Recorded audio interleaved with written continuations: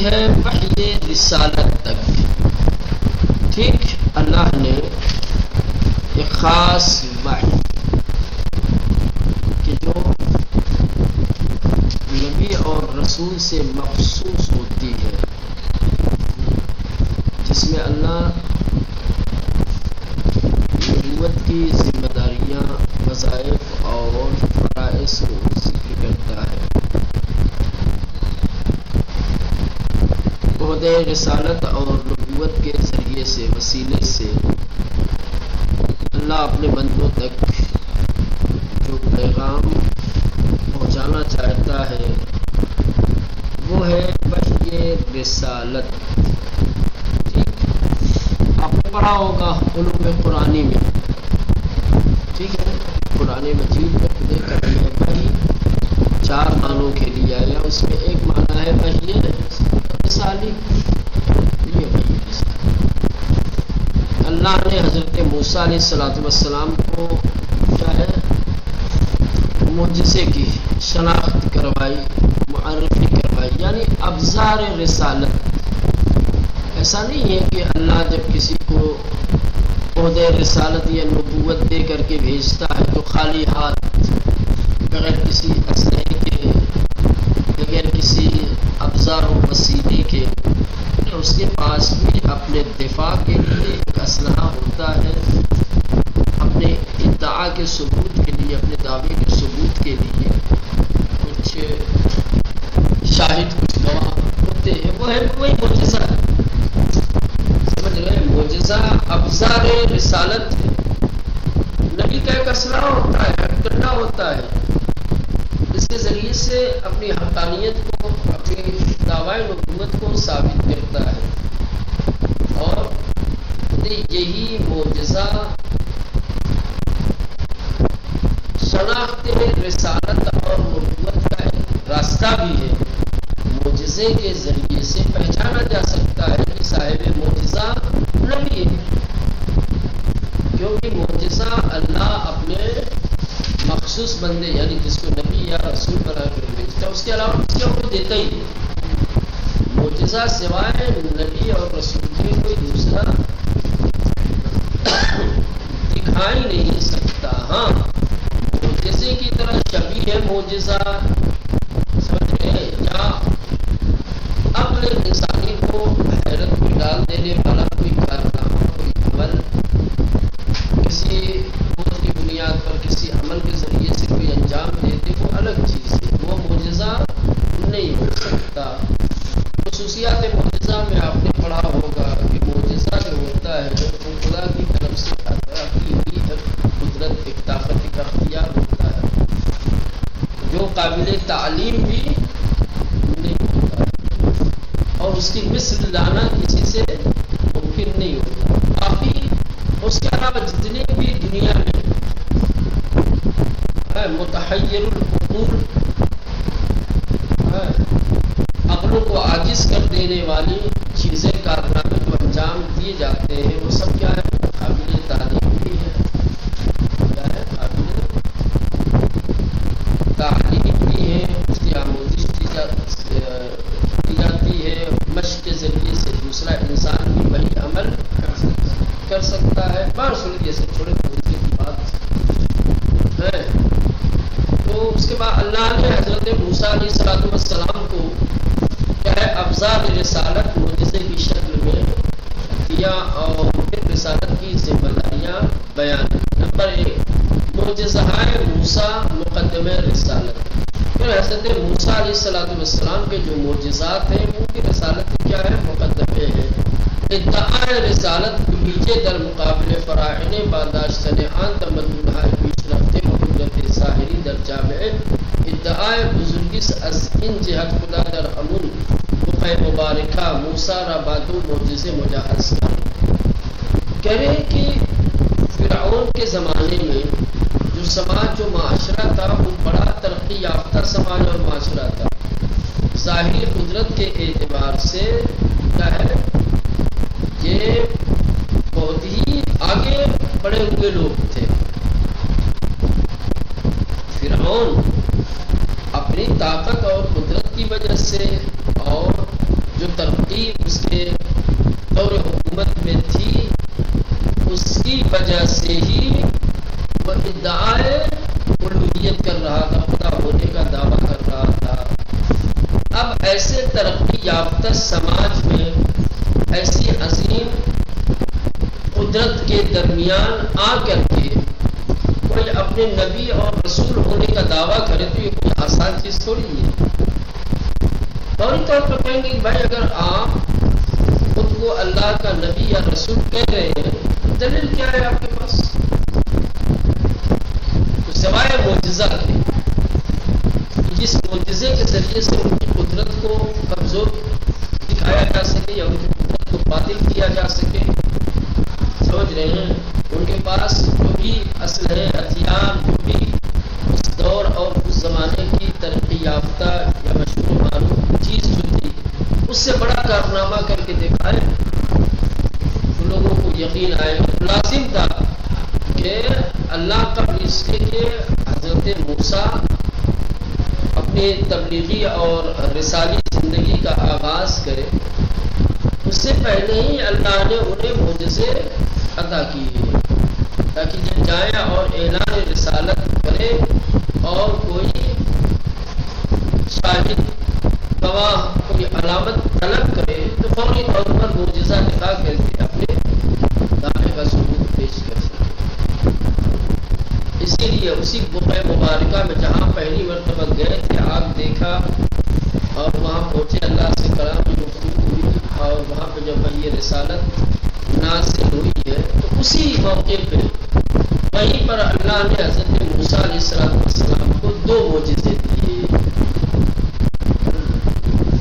ادعائے رسالت کے نیچے در مقابل فراعنہ، یعنی رسالت کا دعویٰ کرنا خاص طور سے فرعون کے مقابلے میں، یا فراعنہ کہا جاتا ہے خود فرعون اور اس کی رعایا کو، اس کے پیروکاروں کو فراعنہ کہا جاتا ہے۔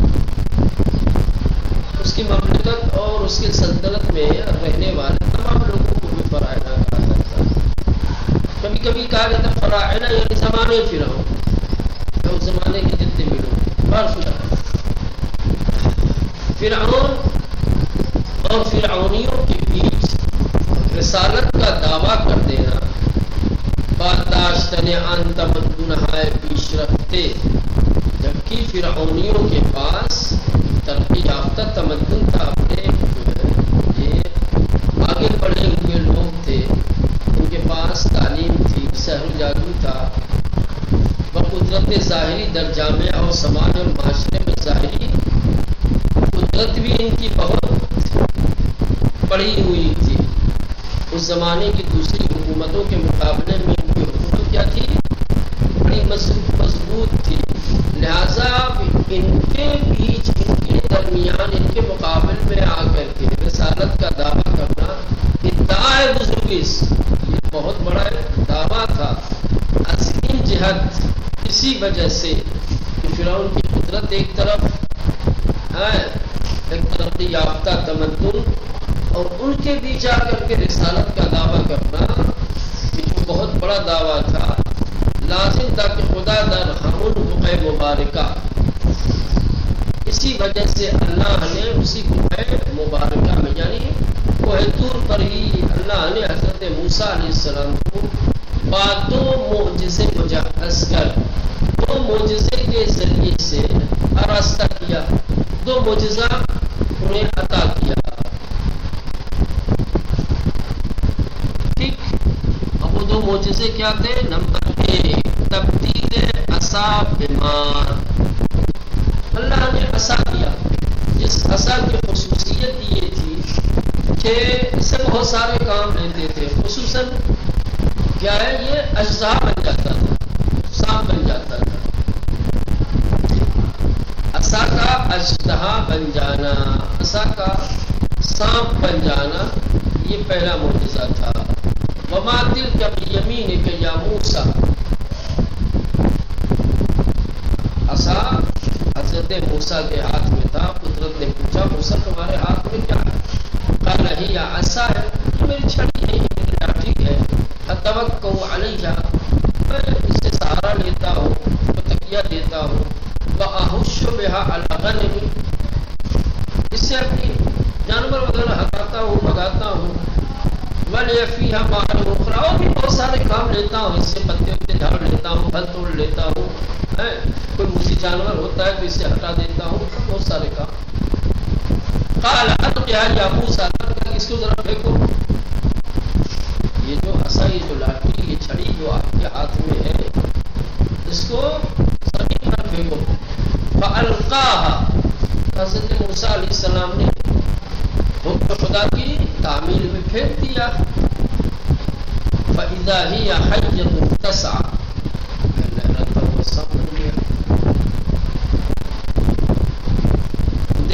عصا اللہ نے نہیں دیا تھا، عصا موسیٰ ہی کا تھا. سمجھ رہے ہیں؟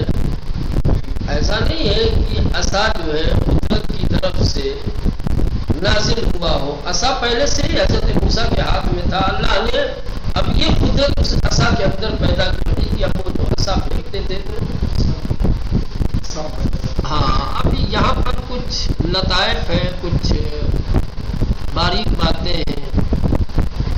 نخست پہلے لطف کی بات اور پہلی عمیق اور گہری بات جو ہے وہ یہ ہے کہ حضرت موسیٰ علیہ السلام به سوال خداوند پاسخ طولانی داد، در حالی کی ظاہراً پاسخ اول یا عصا کافی ظریفان گفتند این طولان کردن پاسخ اسباب معاشقه بوده. چرا کی سخن گفتن با محبوب در خلوت لذتی وصف ناشدنی دارد. پہلا نقطہ یہ، اللہ نے جب پوچھا حضرت موسیٰ سے کہ تمہارے ہاتھ میں کیا ہے، تو کہا یہ عصا ہے.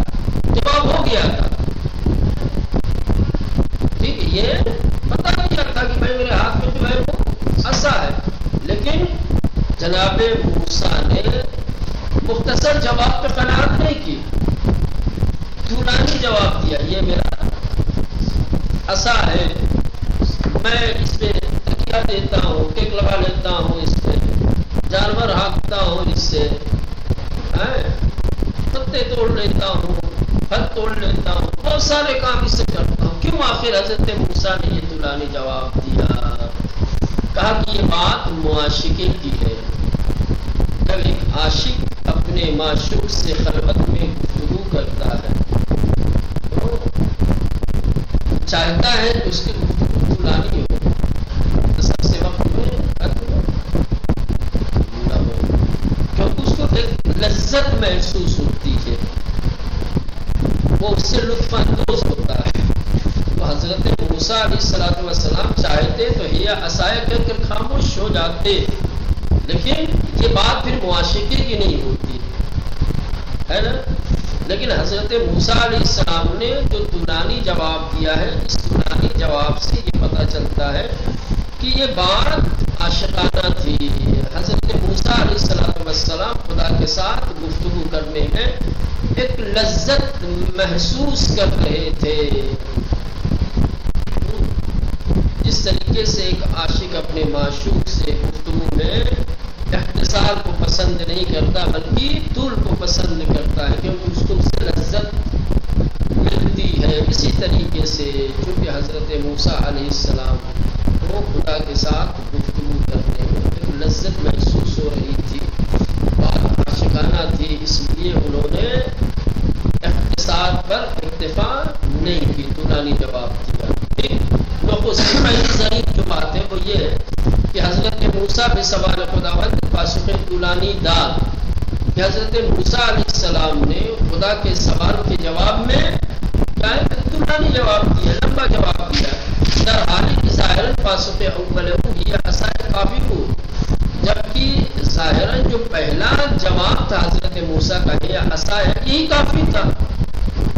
حضرت موسیٰ نے ابتدائی جواب میں یہ کہا تھا یہ عصا ہے، ظاہراً یہ جواب خدا کے سوال کے مقابل میں کافی تھا. اتنا کہہ کر خاموش ہو جاتے تبھی بات پوری تھی.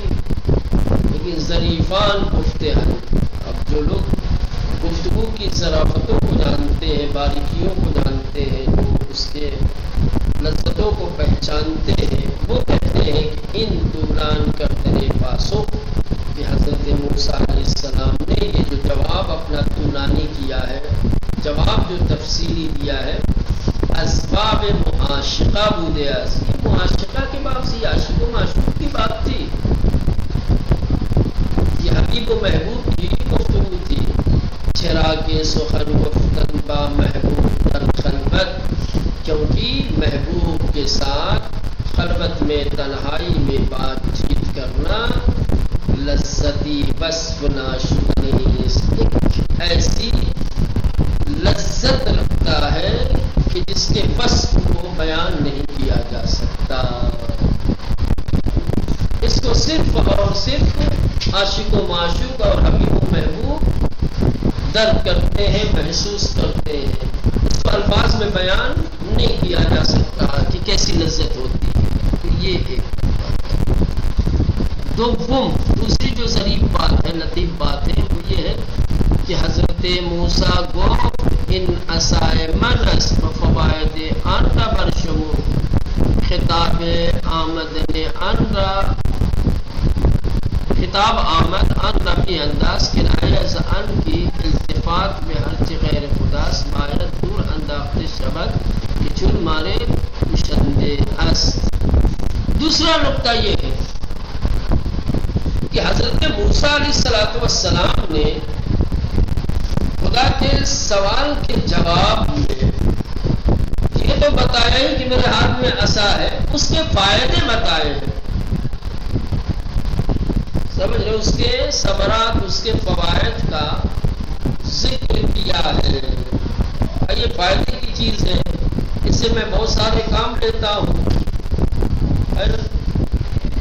جب حضرت موسیٰ نے فائدے بتا دیے تو اللہ نے کہا کہ اب اس کو دور پھینکو. کیوں آخر اللہ نے جناب موسیٰ کے عصا کو دور پھینکوایا؟ کہہ رہے کہ یہ کنایا ہے اس بات کی طرف کہ خدا کے علاوہ کسی اور کی طرف التفات اور توجہ، کسی اور چیز سے دل لگانا، سمجھ رہے ہیں، یہ معقول نہیں ہے. غیر خدا کو اپنے وجود سے دور رکھنا چاہیے، کیونکہ خدا کے علاوہ دوسری چیز چاہے جتنی مفید اور مؤثر ہو، خدا کے مقابلے میں وہ ایک ماری کشندہ ہے. دل لگ گیا تو پھر گیا خدا، اسی پہ بھروسہ ہو گیا، اسی کے اثر سے متاثر ہو گئے، تو پھر جو اس میں اثر ڈالنے والا ہے، جس نے اس کو خوبیاں پیدا کی، اس کو بھول جائے گا انسان. دوسرا جو لطیف نقطہ ہے وہ یہ ہے کہ موسیٰ گفت، اللہ نے جب سوال کیا کہ کیا ہے آپ کے ہاتھ میں، تو موسیٰ نے کہا ان عصائے منس، یہ میری لاٹھی ہے. فوائد آنرا برشمو، یہ کیا کہتی ہے کہ یہ میری لاٹھی ہے. پھر اس لاٹھی کے فوائد بھی بیان کیے. فوائد بیان کر چکے تو خطاب آمد، خدا کا خطاب ہوا، ان ربی انداز، اسے دور کرو. کیوں اللہ کا خطاب آیا کہ اسے دور کرو؟ کنایا اصحن کی کنایا ہے، اشارہ ہے اس بات کی طرف کہ التفات بحرچ غیر خداس، کہ خدا کے علاوہ جو چیز بھی ہو اس کی طرف التفات اور توجہ باید دور انداخت شبد، اسے دور رکھنا چاہیے. خدا کے علاوہ دوسری ہر چیز سے اپنی توجہ کو دور رکھنا چاہیے، یا خدا کے علاوہ دوسرے ہر سبب اور ہر ابزار کو دور پھینکنا چاہیے. کیوں؟ چنمائی کشنداز، کیونکہ وہ ایک کشندہ قتل کرنے والا، جان مارنے والا گویا سانپ ہے. سوم گفتے ہیں تیسری لطیف اور ظریف بات یہ کہی گئی ہے، پا وسیلے فرارس و دست وسیلے طلب، عبارت فخلعن علیک اشارے میں ترک فرارس فالقها یا موسیٰ اشارے میں ترک طلب بدن مانا کی تو تا زمانے کی در مقام فرار و طلب ہستی خود مشغولی ببہر خود بھی جوئی باید خالص برائے من باشی. یہ بڑا لطیف نقطہ بتایا، یعنی کہ پیر فرار کرنے کا وسیلہ ہے. پیر اس کے ذریعے سے انسان کسی کی طرف جاتا ہے، کسی کی طرف سے بھاگتا بھی ہے. عام طور سے پیر کیا ہے؟ وسیلہ فرار ہے، فرار کرنے کا ایک ذریعہ ہے، وسیلہ ہے. انسان کسی سے بھاگتا ہے اور دست وسیلہ طلب ہے. ایک طرف وسیلہ فرار، دوسرے وسیلہ طلب. تو پیر وسیلہ فرار ہے اور ہاتھ وسیلہ طلب ہے. اللہ نے کہا فَقْلَ نَعْلَيْكَ، اپنی جوتیاں اتار دو. جوتیاں اتروانے کا حکم اللہ اس لیے دے رہا ہے کہ فرار مت کرنا، اطمینان کے ساتھ آؤ. یہ جائے فرار نہیں ہے، کمال اطمینان کے ساتھ آ جاؤ. جوتیاں اتروائی کی فرار سے دوری ہو. اس کے بعد وَأَلْقِيَ يَا مُوسَىٰ، یہ کہا تاکہ جو ہاتھ میں اس کو پھینک دو، تاکہ ہاتھ طلب سے خالی ہو جائے. ہاتھ وسیلہ طلب ہے نا، یعنی خدا چاہتا تھا کہ دستوپا حضرت موسیٰ علیہ السلام کا غیر خدا سے فرار کرے اور پیر غیر خدا سے فرار کرے اور ہاتھ دوسروں کی طلب سے فرار کرے. سمجھ رہے ہیں؟ اسی لیے جب وادی مقدس میں آئے تو نالین اتروائی کہ اب فرار کی ضرورت نہیں، آ گیا میری بارگاہ میں، پیر خالص ہو گیا ہے. ہاتھ میں عصا تھا، ہاتھ چونکہ وسیلہ طلب ہے، عصا پھینکوایا تاکہ ہاتھ بھی طلب سے خالی ہو جائے. خدا جناب موسیٰ کو خالص کرنا چاہتا تھا. اللہ چاہتا تھا کہ موسیٰ خالص میرا بن جائے. سمجھ گئے؟ جب تک کہ فرار اور طلب میں انسان رہے گا وہ کوئی اپنے آپ میں مشغول ہے، مصروف ہے. لیکن جب وسیلہ فرار کو اور وسیلہ طلب کو انسان اپنے وجود سے دور کر دے گا تو پھر وہ سمجھ جاؤ کہ خالص خدا کا ہو گیا. اور خدا یہی چاہتا تھا کہ حضرت موسیٰ کو خالص کرے.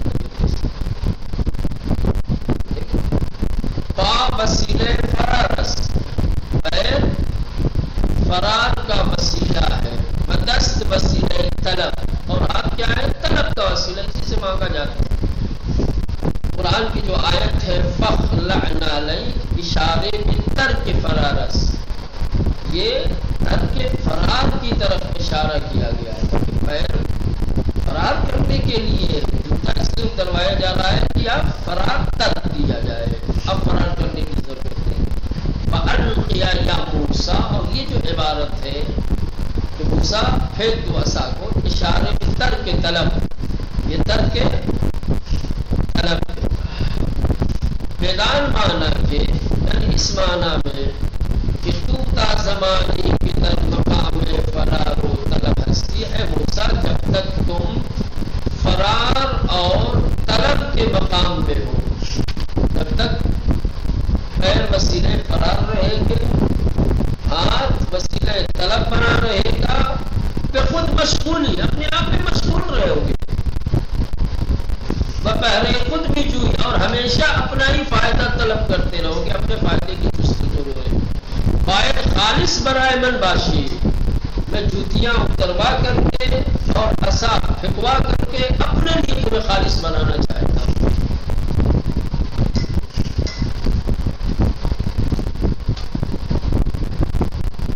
یہ چاہتی تھی کہ موسیٰ میرے لیے خالص ہو جائے.